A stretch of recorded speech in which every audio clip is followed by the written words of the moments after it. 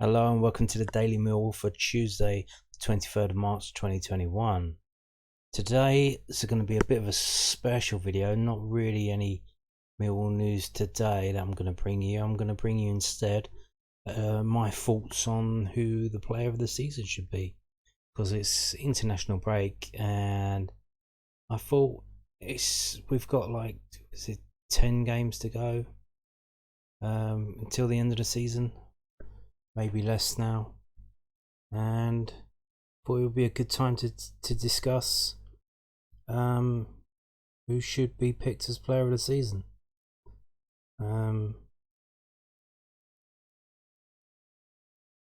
Yeah, so 8 games to go now. So we'll be doing that. And this is from whoscored.com. This is basically a list of the Millwall squad, and it's got some data and stuff, but you know, data is data. I'm sure you all have your own ideas about who you think player of the season is so far. You've probably got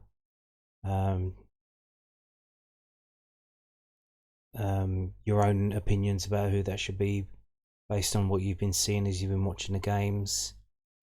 And I'm not really here to dissuade you from your opinion.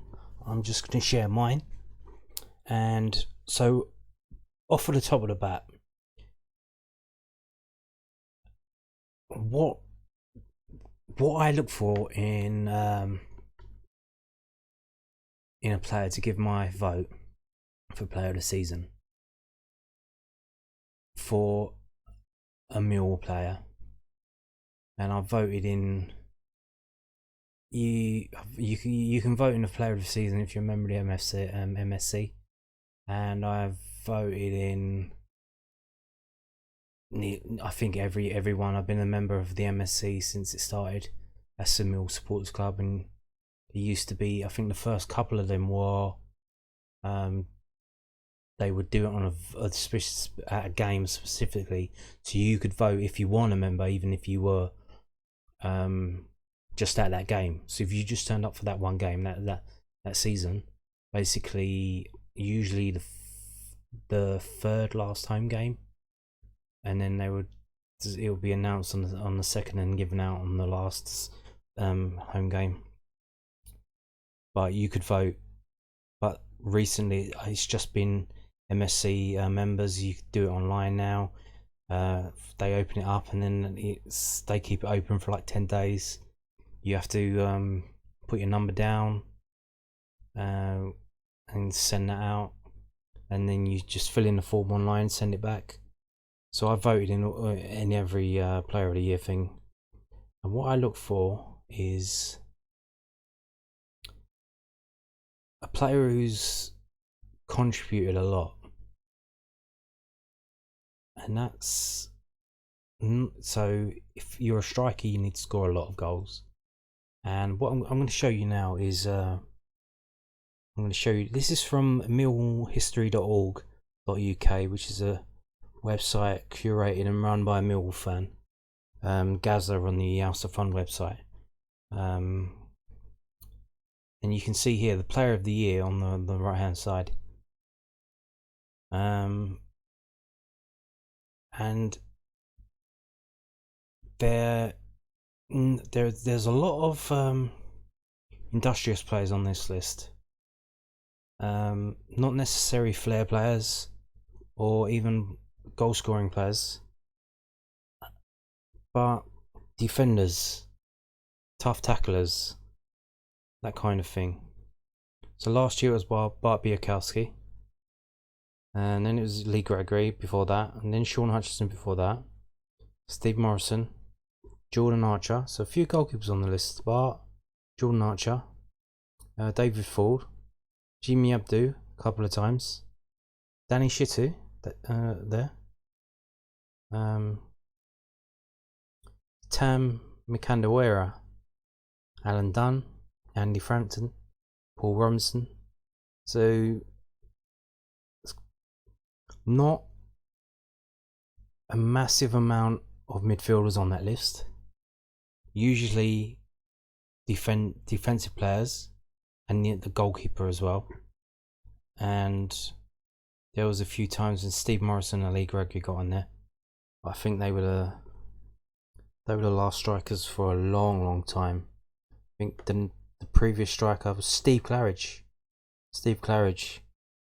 When we lost in the playoffs in 01-02 and all that entailed. So that was the last striker. Not many strikers on the list. A lot of centre backs.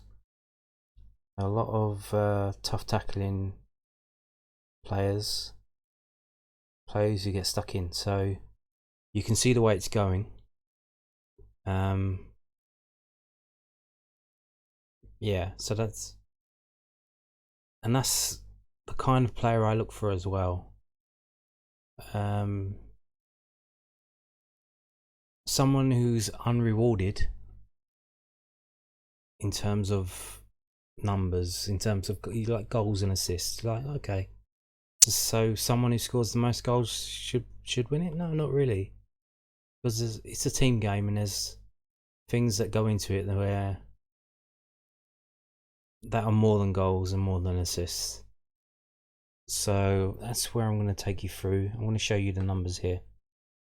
So if you've seen in my previous videos, you know that I've mentioned I have a particular name in mind for player of the year. And this, so we got here, this is whoscored.com.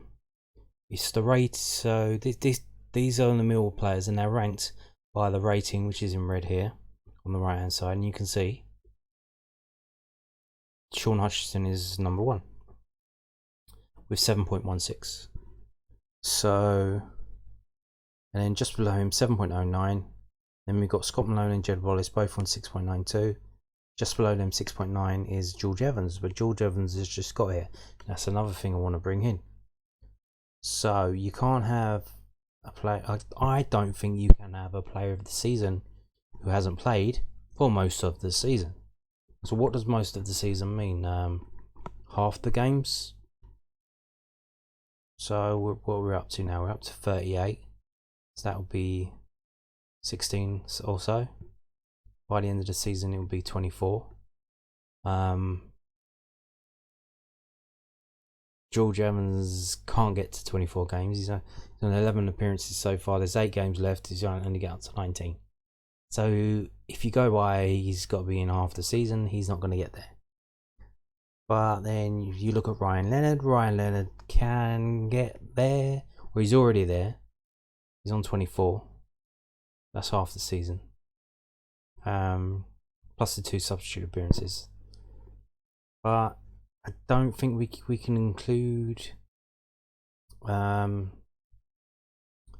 don't think we can include anyone who's just played half the game. So it's got to be higher threshold than that, which is a shame on Ryan Leonard because he was playing well before he got injured. But we're talking about player of the season, and if you want to be player of the season, you need to play.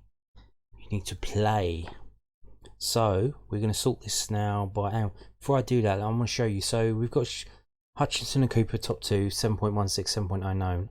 So what does that mean though? That's just in comparison to other players in the Millwall side, they've got a higher rating. So what does that mean though? You're comparing apples with apples. So we're going to compare apples with pears. We're going to take a look at the championship stats. So this is all of the championship players, well, who have minimum appearances. And what does it say here? It says only players with total appearances greater than the average number of appearances in the championship are displayed. So it's not all the players. It's the players who have played the average number of games only. So we've got them right. These are ranked in ratings as well. So we've seen Hutchinson's rating 7.16.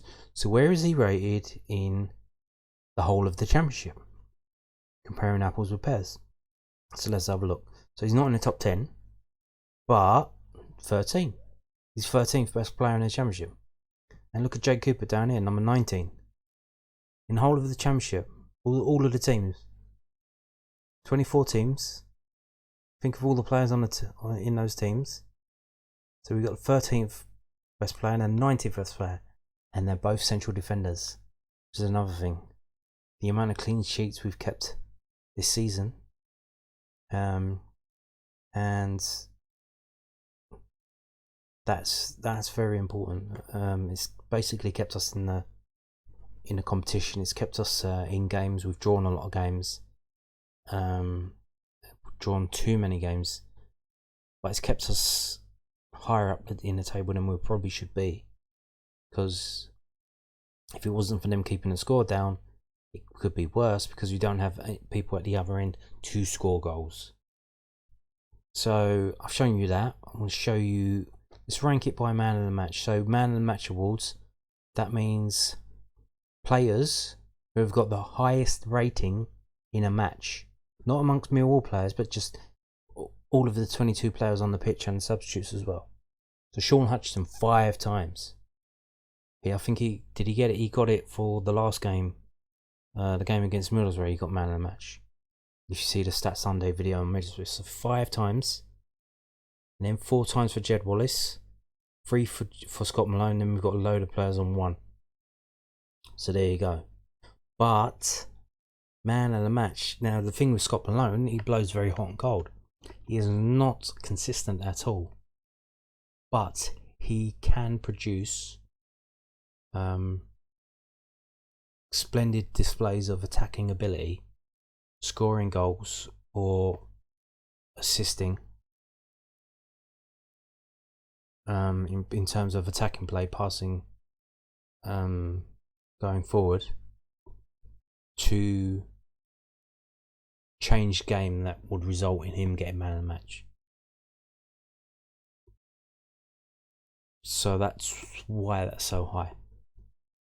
But he's got 3 of them. But like I say, he has. I can assure you, for every 3 man of the match awards he got, I could probably pick out 3 games where he was probably the worst player on the pitch. But can you say that the same for Sean Hutchinson? Can you say that for the same for Jed Wallace? Probably. For Jed Wallace, he does have the odd game where he's just an absolute stinker. But like I think when you're playing in centre defence, like we've seen, like I just showed you over the years, where player of the year has gone to someone who's playing in as a centre back. There's nowhere to hide really if you're a centre back. You're either good or you're not.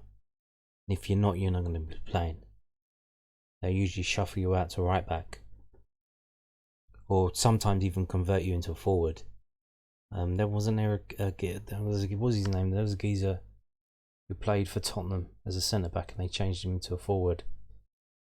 So there you go. But like I said, if you want to get player of the season, you need to play. So we'll look at appearances. So we've had 38 games this season so far, and only 2 players, have played in every single game, started every single game this season. Bart Biakowski and Sean Hutchinson. So that's another little tick there for Sean Hutchinson.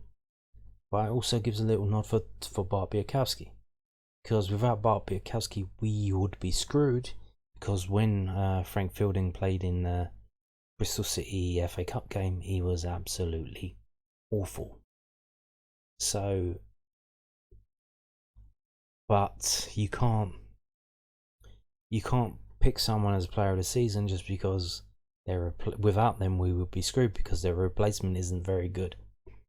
I don't think. And we've got Jed Wallace on. He's been involved in 37 games, 36 starts and 1 sub. And then we've got Ryan Woods, and then Jake Cooper. That's quite high for Jake Cooper, because Jake Cooper's only missed 4 games, even though he's dislocated his shoulder twice. So that is amazing. Absolutely amazing to think that. That's pretty impressive from Jake Cooper. But then they've got number 6 John Daddy Bavarsson, who's only started 13 games, but he come on a sub 20 times. So is this a good indicator of appearances? Probably not, because next to it they've got minutes. So minutes on the pitch. Let's have a look at minutes on the pitch. If it loads, yep, here we go. So obviously we've got Bart Biakowski and Sean Hutchinson. So they've started every single game in the league, and they played every minute. They did not get substituted off. That's so that imbues them with some kind of important player status that they haven't been substituted. Well, it's very rare to substitute a goalkeeper if he's not injured. In terms of Sean Hutchinson, like, yeah, we're not going to substitute him, even if he's tired. Just let him. He seems to be very important in terms of the flow of the game. Then just under him we've got Jed Wallace, and then Ryan Woods, and then Jake Cooper. But then it changes, and we've got Scott Malone, Marlon Romeo, Ryan Leonard, Mason Bennett. So Mason Bennett has only had 1789 minutes on the pitch, but he scored 5 goals. So in terms of goals per minute, that's pretty impressive for Mason Bennett. And I told you the other day about Mason Bennett. This is his best season ever in terms of matches played and goals scored. This is peak Mason Bennett so far. Hopefully he can do more. Maybe next season. I don't know if he's contracted for next season. There was some talk that he might not be. But I can't see why we wouldn't offer him a new contract for next season, unless he's another one of these players. He wants to go back up north. I don't know. That's up to him. But there you can see. So you can see Bart Biakowski and Sean Hutchinson most minutes on the pitch. So, but what does that mean? I'm going to compare that to the other Championship players again. So let's go back here and go. Wow, 5 players in the whole of the Championship have played every single minute of every single game so far this season. Only 5, and 2 of them are Millwall players. 2 of them. Can you believe that? And 3 of them are goalkeepers. The goalkeeper at Reading, the goalkeeper at Middlesbrough, Bettinelli, Max Aarons, the defender for Norwich, Sean Hutchinson and Bart Biakowski at Millwall. So there you go, comparing minutes on the pitch to the rest of the league. That's pretty impressive, I think. That only 5 players have played every single minute of the season so far, and 2 of them are Millwall players. Wow. That's, when I saw that, I was pretty impressed.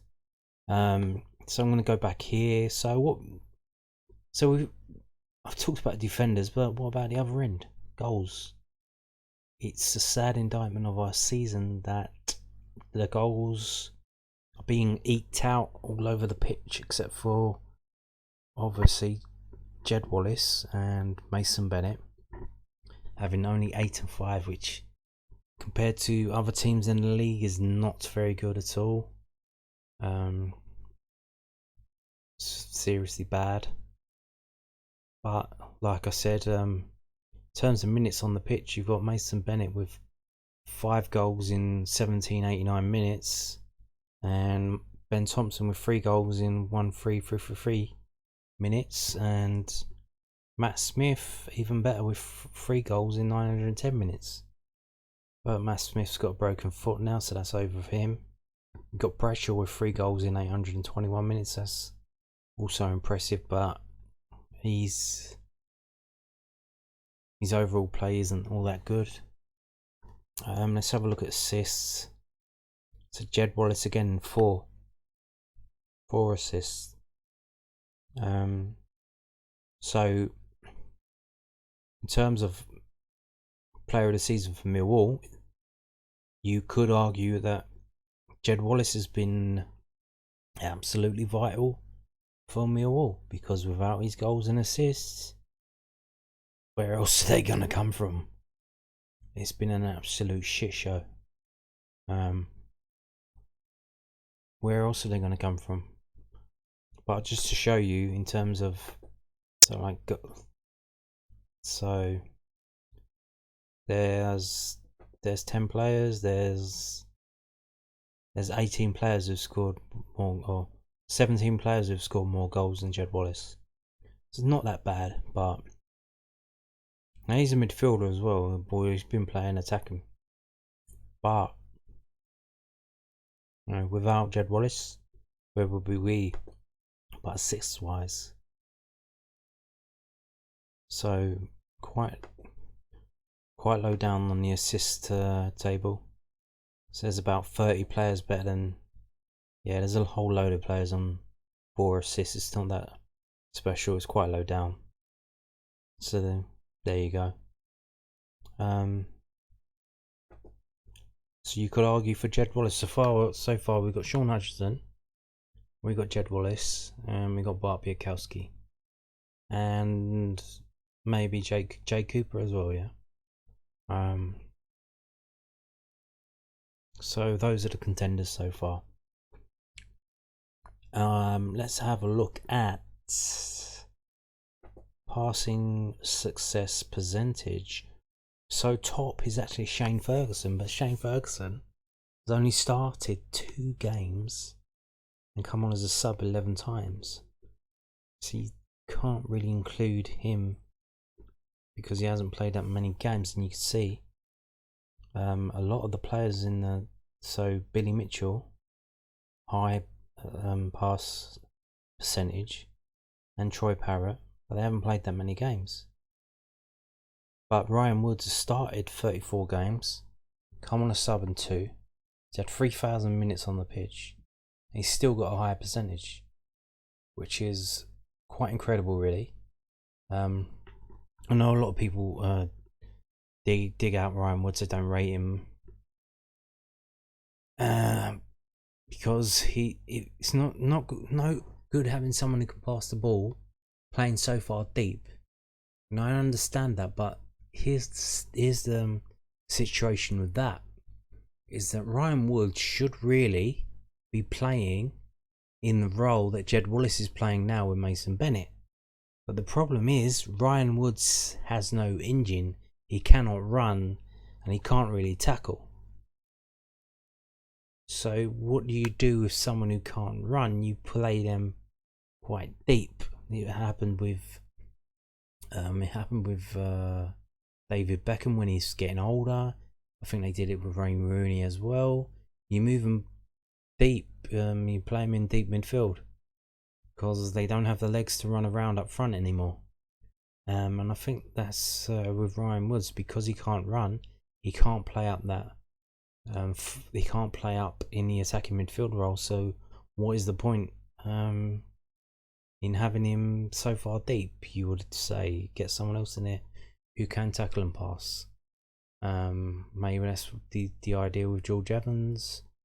Maybe George Evans was brought in to be Ryan Woods' replacement, but having seen what I've seen so far, I think George Evans looks actually better in defence, to be honest with you. I think when he's played in midfield, he hasn't been that good.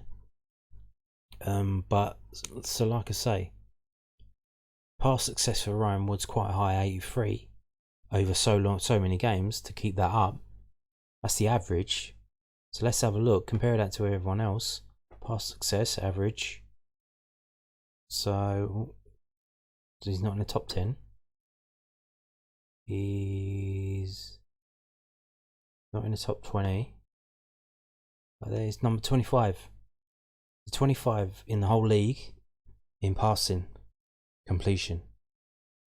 That's quite surprising to me when I saw that, but it's true. But you say there's no point if he's playing so far deep. He needs to play further forward, but he can't because he doesn't have the legs to run. So it's kind of damned if you do, damned if you don't. He's got a beautiful pass on him, but it's like someone who's a great singer. What was that that movie Little Voice? She's a great singer, but she can only sing when she's on her own in her bedroom. put her in a crowd, she turns to jelly. Same with Ryan Woods. He can't play up further up the field because he can't run around. So it's kind of, yeah, it's great that you can pass, but you need to pass up further up the field, mate. So that's Ryan Woods, but I don't think that's enough to get him in contention for Player of the Season. I don't think any of you thought he would be Player of the Season, but I just wanted to show you that. Just go through this. Aerials 1, so we got Matt Smith and Jake Cooper. Aerials 1, 5.3. That's an average per game. So they average out all the aerials 1, divided by the games, or maybe even the minutes per 90 minutes, I think, maybe. So 5.3. So how does that compare to the rest of the league? Pretty decent. It looks like it's going to be in the top 20, is it? Yes, it is. We got 17th and 18th in the whole league in aerials 1 per game. Matt Smith and Jake Cooper. So, like I said, so in terms of Matt Smith only having 910 minutes on the pitch, but winning, being in the top 20 in aerials 1. But then you've got Jake Cooper who's had a lot more appearances through the season. Only missed 4 games. Dislocated shoulder twice, but still in the top 20 in aerials 1 in the league. So that's definitely Jake Cooper in contention for Player of the Season. But Matt Smith, probably not. Although he's been kind of important for Millwall in terms of coming off the bench for that sub role, but don't think we can have him for Player of the Season. Just hasn't played enough, really. And you want your forwards to score more goals, to be honest with you. So, like you've seen on the thing there, where I showed you on the Millwall history site, Lee Gregory, Steve Morrison, Steve Claridge, 3 strikers in basically the last 20 years, to have got the vote for the Player of the Season. So there you go. So let's move on to defensive. So we have some other things. So tackles per game. So we've got McNamara 2 tackles. This is basically as before, average per game, or average per 90 minutes. So we've got McNamara, Evans, and Ryan Leonard 2, quite high. But like I say, they haven't played that many games. So you've got Billy Mitchell up there as well. Can he keep that over the whole season? We don't know because he hasn't played for the whole season. But we've got Ryan Leonard up there. He's 24 starts, 2 tackles per game. Like I say, so it's a shame that he got injured, but he can't. He's in the running for Player of the Year, but I don't think we can give it to him because he hasn't really played enough games. But he's got the quality to be included in the. He's got the quality and the consistency to be included in the discussion because he's averaging 2 tackles per game. Like I'm going to go back and this is the rest of the championship. I'm going to click on this and we can compare tackles per game to the rest of the league. So we can see 2.2 tackles per game gets you in the top 10. So here we can see 19th Ryan Leonard in the whole league for tackles per game. So there you go. He's in the top 20 of the league. So that's in the discussion. So interceptions. Let's have a look at that. There you go. Sean Hutchinson 2.5. George Evans 2.2. Again, George Evans only 11 appearances. There's 8 games left in the season. Can only get to 19. That's not enough. He could have outstandingly brilliant games until the end of the season, but I don't think, even if he does, I don't think he can get it. I don't think he can even be included in the discussion, to be honest with you. And we've got Jake Cooper in 1.6, so but That's a large, and so compared Jay Cooper compared to Sean Hutchinson for interceptions, that's quite a big difference there of 0.9. How does that compare to the rest of the championship? Number one. Wow. Sean Hutchinson, number one, or he's joint number one in interceptions in the whole championship with 2.5. So there you go. Where's Jay Cooper on the list? Top 20? No. 28. So number one and number 28. But Sean Hutchinson, best interceptor in the league. So there you go. I'm gonna ignore all the negative things. I'm gonna ignore fouls and offsides and stuff like that. I think I'm just gonna ignore them. Maybe I should take them into consideration. What do you think? If you think they should be, leave a comment underneath. But I'm gonna ignore them. I'm gonna go on to clearances. So clearances per game, pretty high there from Alex Pearce. Absolutely pretty high there. 16 appearances. So he's not nobody, but you can see his tackles are low, but his clearances are high. So that suggests. So the problem with Alex Pearce is pace. Doesn't have a lot of pace. So it would suggest that he doesn't really try and tackle anyone, because if he misses and they go past him, he cannot catch up to them and it's game over. Good night, Vienna. There's a chance he could give away a goal. So he's smart enough to know, just close them down, stay close, let them pass it away to someone else. But clearances, he's on it. And also on it is Jake Cooper, just behind, 4.4. Sean Hutchinson 4. Murray Wallace 2. And Murray Wallace again played the same amount of appearances as Alex Pearce, but half as many clearances, but better tackles, less interceptions, but more fouls. But like I said, we're not going to look at the bad stuff. But so how does that compare? Clearances to the rest of the league. Clearances. So we're not in the top 10. Do we have any players in the top 20?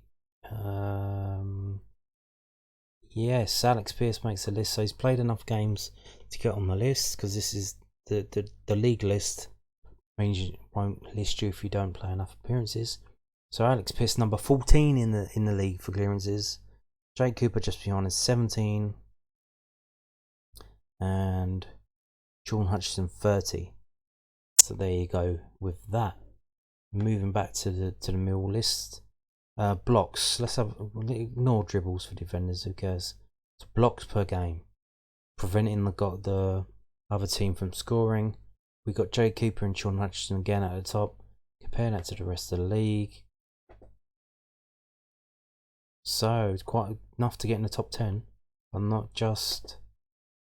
Yeah, Jay Cooper number 11, and Sean Hutchinson number 25.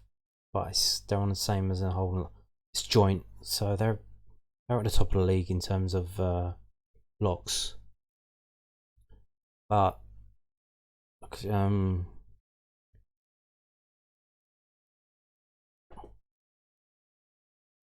so we're going to go to offense. There isn't really, in terms of offensive play, there isn't really anything to, like I said, the whole season has been about our defense, really. In terms of attacking play, we're massively let down by Troy Parrott. I don't know if that's his fault or the play people who hyped him up.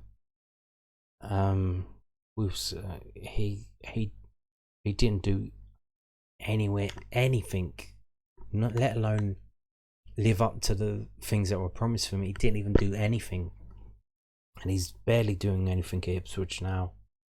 Then I think when they figured out, he's not going to do anything for us, they tried to get someone else in. They got Ken Zohore in. He's got injured that's messed everything up. But again, then they've gone to what we're playing now is basically Mason Bennett and Jed Wallace up front, because Bodvarsson and Bradshaw ain't doing anything. Yeah, so offensively we're not really doing anything. But like I said, we've got Jed Wallace and Mason Bennett 8 and 5 goals. Scott Malone 4. Is that enough to get Mason Bennett in the discussion for player of the season? I don't think so. Even though it's like I said, for offensive players, you need someone who's out of this world. Lee Gregory, Steve Morrison, Steve Claridge. Those are the strikers who've won it in the last 20 years. How many strikers have we had in those 20 years who hundreds probably, mediocre strikers that we've had to endure. Some not mediocre who've done the business but for other reasons got let go, like Darius Henderson. But there you go. So we've got key passes though. Let's have a look at key passes. So we've got Conor Mahoney very high in key passes, but he's only started 4 games and been subbing 4. But Jed Wallace quite high in terms of key passes, having been someone who's played most of the season. And then we've got Ryan Woods as well there, and Scott Malone as well. So how does that compare to the rest of the league? So we've got 1.8 key passes per game, Jed Wallace. So let's move along. Key passes. Actually, whoa, 6 in the league. 6 in the league, Jed Wallace is. So there you go. But then what that does is that adds more weight to Jed Wallace in terms of. So he's not a forward. So even though he's only scored 8 goals, I'm saying only, he's scored 8 goals and assisted 4 times. But he is a midfielder.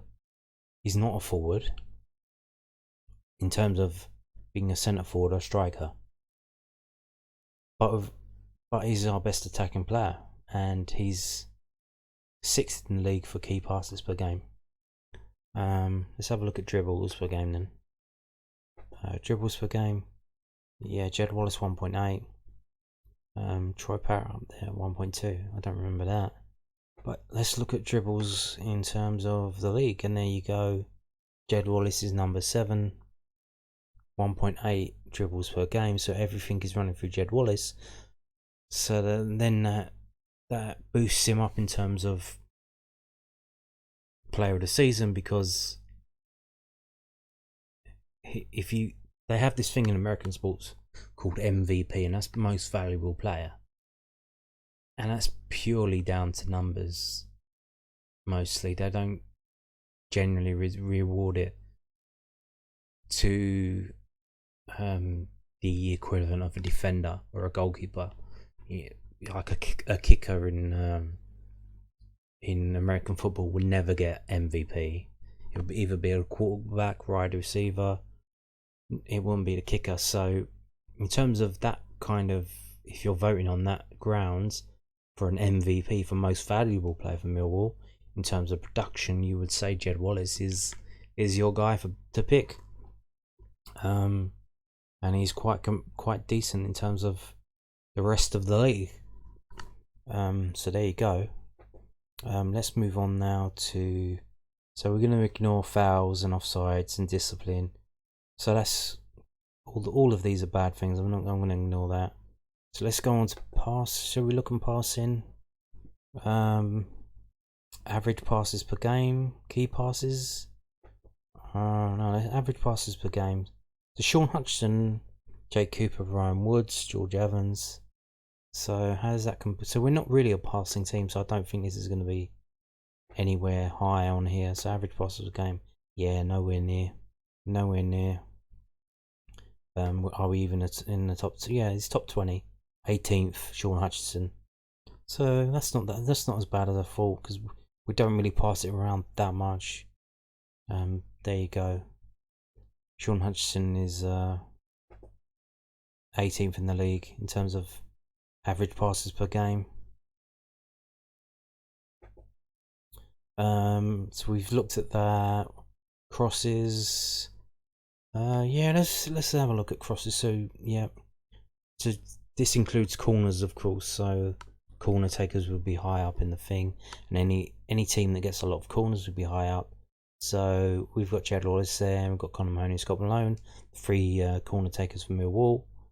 So there you go. Let's have a look at crosses in terms of the rest of the championship, and we've got Jed Wallace at number 3. So basically everything goes through Jed Wallace in terms of crosses for Millwall. There you go. Number 3 in the league. Wow, in terms of crosses per game. Okay.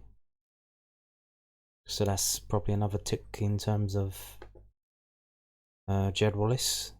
So I think we've seen enough now. I've shown you enough. You've seen, if you've seen the games or seen the highlights, you've seen enough. So I think so far, after 38 games, 3,420 minutes, I think we've got enough information now to pick our player of the year so far. There are still 8 games left, but I think it's more or less done or dusted. I mean, so we've got the contenders, in my opinion, here. These are the contenders, the 6 players. And after what I've seen, I think Sean Hutchinson is number 1. I think he's got the title in the bag. And then it's a toss. I think it's a toss up between. No, it's not really a toss up. It's not really a toss up. I think it's got to be Jed Wallace for his output going forward. Because without him, I think if without him we'll be relegated. Even with Sean Hutchinson playing a blinder, even with Jake Cooper playing blinder, even if all of our players didn't get injured and we wouldn't have so many injuries. If we had one injury and that was Jed Wallace, we would probably get relegated, to be honest with you. It's sad to say, but I think genuinely we would. So it's not that much of a tough decision. Now it kind of gets tougher. I think we've got 2 players who play a lot and are consistently good, and we've got 2 players who don't play. Well, we've got 1 player who doesn't play a lot because he's injured, but he's pretty good. He was pretty good in the first half of the season, surprisingly so, because a lot of people were calling for him to go because they didn't like the way he was playing under the previous manager. And we've got a player who's hot and cold in Scott Malone. So I think of the 4 players that are left, I think we've got to choose. I'm going to choose Jake Cooper, because Bart, even though he's playing well, and if he won the award last year, I don't think he's playing as well as he was playing last year. That's not to knock him. He played very well last year. But I think this year it's actually he has been, got done from long shots a couple of times. Amiobi comes to mind. And you've got to look at the keeper. I think he's been good. He's made some good saves. He hasn't made some brilliant saves, really. And there are a couple of worrying signs setting in about age. He's getting a bit old. But I still think he's better than the other 2. So there's your top 4. This video's gone on for 44 minutes now, but I'm gonna wrap it up now. In terms of Malone or Leonard, the thing with Malone, he's played in the Premier League. You expect him to be quality, but he's not doing it. he's not doing it as much as you want him to. To be honest with you, it's like you know he can play at a decent level, but when he doesn't, it's like an insult. So what's up, buddy? Why aren't you playing good? Why didn't you play good that game? But with Ryan Leonard, it was a shock to see him playing so well this season because he hadn't been playing well in previous seasons. Given the high value that we pay for him, he was at the time, I think he was the highest rated signing, like £1 million, and then it was Bradshaw, and then it was Conor Mahoney. So I think in terms of the redemption arc, in terms of the story, Ryan Leonard, even though he's injured and he's not playing, I've got to give it the next place to him, so he's 5th. And then that means Scott Malone's 6th. That's in terms of... so these are my selections for Player of the Year so far. But you've got players like Danny McNamara, who has been the breakout Player of the Year, I think. There are a lot of players... There are a lot of fans calling for him to play. You've seen him go out on loan to St Johnstone and play brilliantly. We got to watch that on the BBC iPlayer on the Sports Scene Scotland programme. So you could see that he could do it, which was good. And he came back and he came in and he was very, very good. Now, could he do that over the season? He's still quite young. He's going to have the odd bad game. And how will he react to that? And how will he get better? How will he keep getting better? Don't know. But these are my selections for Player of the Year. Sean Hutchison, Jed Wallace, Jake Cooper, Bart Biakowski, Ryan Leonard and Scott Malone. If you made it this far, congratulations and thank you for watching. Bye now.